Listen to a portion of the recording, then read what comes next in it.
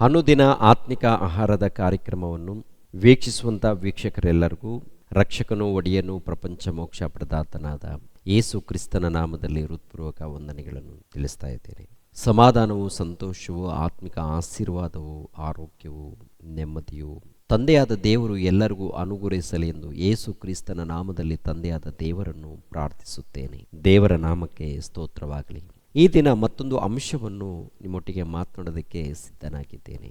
ಸತ್ಯವೇದ ಗ್ರಂಥವನ್ನು ಬರೆದವರು ದೇವರ, ಮನುಷ್ಯರ ಎಂಬ ಅಂಶವನ್ನು ನಿಮ್ಮೊಟ್ಟಿಗೆ ಮಾತನಾಡ್ತಾ ಇದ್ದೇನೆ. ದೇವರ ನಾಮಕ್ಕೆ ಸ್ತೋತ್ರವಾಗಲಿ. ಈ ಸತ್ಯವೇದ ಗ್ರಂಥ ಇದೆ ನೋಡಿ, ಇದು ಯಾರು ಬರೆದಿದ್ದಾರೆ? ಆದಿಕಾಂಡ ಮೊದಲುಗೊಂಡು ಪ್ರಕಟಣೆ ಗ್ರಂಥದವರೆಗೆ ಸುಮಾರು 66 ಪುಸ್ತಕಗಳು ಇದರಲ್ಲಿದೆ. ಹಳೆ ಒಡಂಬಡಿಕೆಯಲ್ಲಿ 39, ಹೊಸ ಒಡಂಬಡಿಕೆಯಲ್ಲಿ 27 ಪುಸ್ತಕಗಳಿದೆ. ಇವೆಲ್ಲ ಸೇರಿದಾಗ ಗ್ರಂಥ ಇದು ಸತ್ಯವೇದ ಗ್ರಂಥ.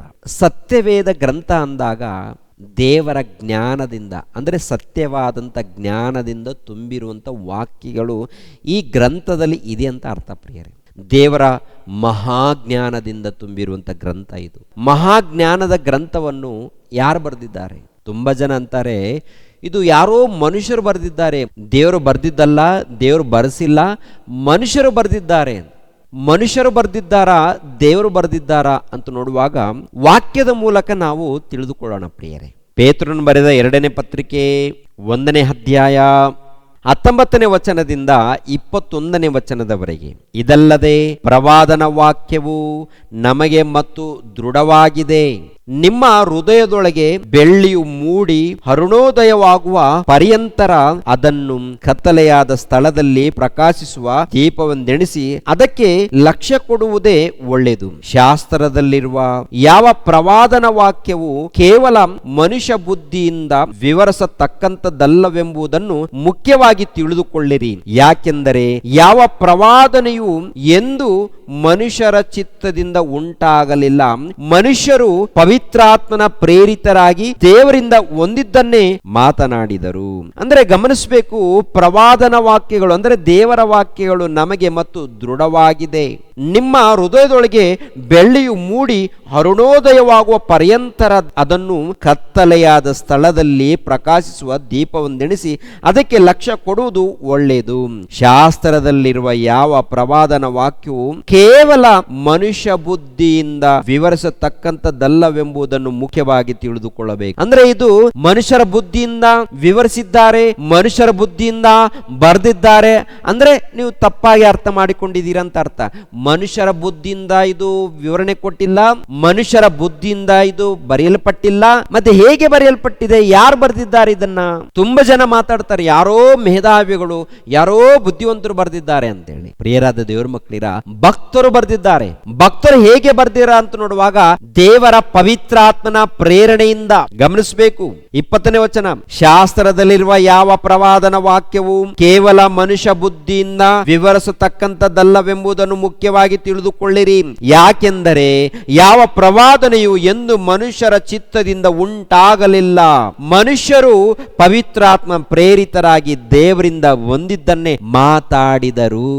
ದೇವರಿಂದ ಹೊಂದಿದ್ದನ್ನೇ ಮಾತನಾಡಿದ್ದಾರೆ. ಅಂದ್ರೆ ಯಾರು? ಮೋಶೆ ಇದ್ದಾರೆ, ಮತ್ಯಾರು? ಯೆಹೋಶುವನು ಇದ್ದಾರೆ, ಮತ್ಯಾರು? ನ್ಯಾಯಸ್ಥಾಪಕರಿದ್ದಾರೆ. ಸಮುವೇಲನಾಗಿರ್ಬೋದು, ದಾವೀದನಾಗಿರ್ಬೋದು, ಯೆಶಾಯ ಆಗಿರ್ಬೋದು, ಯೆರೆಮೀಯ ಆಗಿರ್ಬೋದು, ಅನೇಕ ಮಂದಿ ಪ್ರವಾದಿಗಳು ಹಳೆ ಒಡಂಬಡಿಕೆಯಲ್ಲಿ, ಅದೇ ಪ್ರಕಾರ ಹೊಸ ಒಡಂಬಡಿಕೆಯಲ್ಲಿ ದೇವರ ಭಕ್ತರು. ಇವರೆಲ್ಲರೂ ದೇವರ ಕೃಪೆ ಮೂಲಕ ಮಾತನಾಡಿದ್ದಾರೆ, ದೇವರ ಮೂಲಕ ಹೊಂದಿದ್ದಾರೆ. ದೇವರ ಮೂಲಕ ಏನು ಹೊಂದಿದ್ದಾರೋ ಅದನ್ನ ಮಾತನಾಡಿದ್ದಾರೆ. ದೇವರ ಮೂಲಕ ಏನು ಹೊಂದಿದ್ದಾರೋ ಅದನ್ನ ಇವರು ಭಕ್ತರು ಬರೆದಿದ್ದಾರೆ. ಬರೆದೋರು ಯಾರು? ಭಕ್ತರು. ಬರೆಸಿದವರು ಯಾರು? ದೇವರು. ದೇವರು ತನ್ನ ಭಕ್ತರಿಗೆ ಜ್ಞಾನವನ್ನು ಕೊಟ್ಟಿದ್ದಾರೆ, ಪವಿತ್ರಾತ್ಮರ ಸಹಾಯದಿಂದ ಬರೆಸಿದ್ದಾರೆ. ಇವಾಗ ಹಳೆ ಒಡಂಬಡಿಕೆಯಲ್ಲಿ ನೋಡುವಾಗ ಆದಿಕಾಂಡ, ವಿಮೋಚನೆ ಕಾಂಡ, ಯಾಜಕ ಕಾಂಡ, ಅರಣ್ಯ ಕಾಂಡ, ಧರ್ಮೋಪದೇಶ ಕಾಂಡ ಅಂತೇಳಿ 5 ಗ್ರಂಥವನ್ನು ನೋಡ್ತೀವಿ. ಈ 5 ಗ್ರಂಥವನ್ನು ನೋಡುವಾಗ ವಿಮೋಚನೆ ಕಾಂಡದಲ್ಲಿ ಮೋಶೆ ಇತಿಹಾಸ ಪ್ರಾರಂಭವಾಗುತ್ತೆ.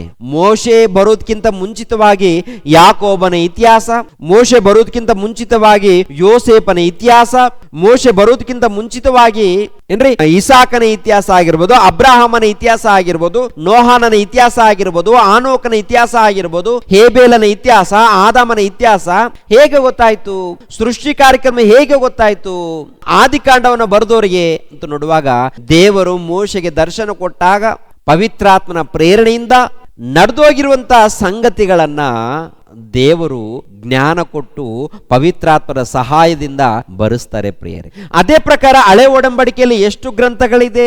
ಸಮುವೇಲನ ಮೊದಲನೇ ಗ್ರಂಥ, ಸಮುವೇಲನ ಎರಡನೇ ಗ್ರಂಥ, ಮೊದಲನೇ ಅರಸುಗಳು, ಎರಡನೇ ಅರಸುಗಳು, ಮೊದಲನೇ ಪೂರ್ವಕಾಲ ವೃತ್ತಾಂತ, ಎರಡನೇ ಪೂರ್ವಕಾಲ ವೃತ್ತಾಂತ, ಎಜ್ರ, ನೆಹಮಿಯ, ಎಸ್ತೇರಳು, ಯೋಬ ಗ್ರಂಥ, ಕೀರ್ತನೆ ಗ್ರಂಥ, ಜ್ಞಾನೋಕ್ತಿಗಳ ಗ್ರಂಥ, ಪ್ರಸಂಗಿ, ಎಲ್ಲಾ ಗ್ರಂಥಗಳನ್ನ ಪರಿಶೋಧನೆ ಮಾಡುವಾಗ ಏನ್ರಿ, ಕೆಲವರು ಜ್ಞಾನಿಗಳು ಬರೆದಿದ್ದಾರೆ, ಭಕ್ತರು ಬರೆದಿದ್ದಾರೆ. ಹೇಗೆ ಬರೆದಿದ್ದಾರಪ್ಪ ಅಂತ ನೋಡುವಾಗ ಏನ್ರಿ, ಅವರ ಹೃದಯದಲ್ಲಿ ಪವಿತ್ರಾತ್ಮನ ಪ್ರೇರಣೆಯಿಂದ, ಆ ಪವಿತ್ರಾತ್ಮನ ಪ್ರೇರಣೆಯಿಂದ ಬರೆದಿರುವುದರಿಂದ, ದೇವರು ಬರೆಸಿರೋದ್ರಿಂದ, ಆದಿಕಾಂಡ ಮೊದಲುಗೊಂಡು ಪ್ರಕಟಣೆ ಗ್ರಂಥವನ್ನು ನೋಡುವಾಗ ಒಂದಕ್ಕೊಂದು ಏನ್ರಿ ಲಿಂಕ್ ಇರುತ್ತೆ ರೀ, ಕ್ರಮಬದ್ಧವಾಗಿ. ಅಂದ್ರೆ ಚೆನ್ನಾಗಿ ಪರಿಶೋಧನೆ ಮಾಡುವಾಗ ಅದ್ಭುತವಾಗಿ ಬರೆಯಲ್ಪಟ್ಟಿದೆ. ಒಂದು ಗ್ರಂಥಕ್ಕೆ ಇನ್ನೊಂದು ಗ್ರಂಥವು ವಿಭೇದವಾಗಿ ಮಾತಾಡಲ್ಲ. ಅಂದ್ರೆ ಆದಿಕಾಂಡ ಇದೆಯಲ್ಲ, ಆದಿಕಾಂಡ ಗ್ರಂಥವನ್ನ ಏನ್ರಿ ಇನ್ನು ಉಳಿದಿರುವಂತ ಎಲ್ಲಾ ಗ್ರಂಥಗಳು ಸಪೋರ್ಟ್ ಮಾಡುತ್ತೆ. ಯಾಜಕ ಕಾಂಡ ಗ್ರಂಥ ಉಳಿದಿರುವಂತ ಎಲ್ಲಾ ಗ್ರಂಥಗಳು ಸಪೋರ್ಟ್ ಮಾಡುತ್ತೆ. ಅಂದ್ರೆ ಬೈಬಲ್ ಗ್ರಂಥ ಆದಿಕಾಂಡ ಮೊದಲುಗೊಂಡು ಪ್ರಕಟಣೆ ಗ್ರಂಥ ಅಂತ ಹೇಳ್ತೀವಿ ನೋಡಿ ಪ್ರಿಯರೇ. ಸುಮಾರು 66 ಪುಸ್ತಕಗಳಿದೆ. ಈ 66 ಪುಸ್ತಕಗಳಲ್ಲಿ ಯಾರು ಬರೆದ್ರು, ಭಕ್ತರು ಯಾರು ಬರೆದ್ರು, ಯಾರು ಮಾತಾಡಿದ್ರು, ಒಂದಕ್ಕೊಂದು ಲಿಂಕ್ ಇದೆ ರೀ, ಒಂದಕ್ಕೊಂದು ಸಪೋರ್ಟ್ ಮಾಡುತ್ತೆ. ಎಲ್ಲೋ ಒಂದು ಕಡೆ ಪ್ರಶ್ನೆ ಬಂದ್ರೆ, ಆದಿಕಾಂಡದಲ್ಲಿ ಪ್ರಶ್ನೆ ಬಂದ್ರೆ ಇನ್ನೊಂದು ಕಡೆ ಉತ್ತರ ಸಿಗುತ್ತೆ. ಬೇರೆ ಬೇರೆ ಗ್ರಂಥಗಳಲ್ಲಿ ಪರಿಶೋಧನೆ ಮಾಡುವಾಗ ಹಾಗಿರಲ್ಲ. ಎಲ್ಲಾ ಪ್ರಶ್ನೆಗಳಿಗೆ ಉತ್ತರ ಇರಲ್ಲ, ಪ್ರಶ್ನೆಗಳಿಗೆ ಉತ್ತರ ಸಿಗಲ್ಲ. ಈಗಿನ ಕಾಲದಲ್ಲಿ ಪ್ರಶ್ನೆಗಳು ಹೇಳೋದಕ್ಕೆ ತುಂಬಾ ಒದ್ದಾಡ್ತಾ ಇರ್ತಾರೆ.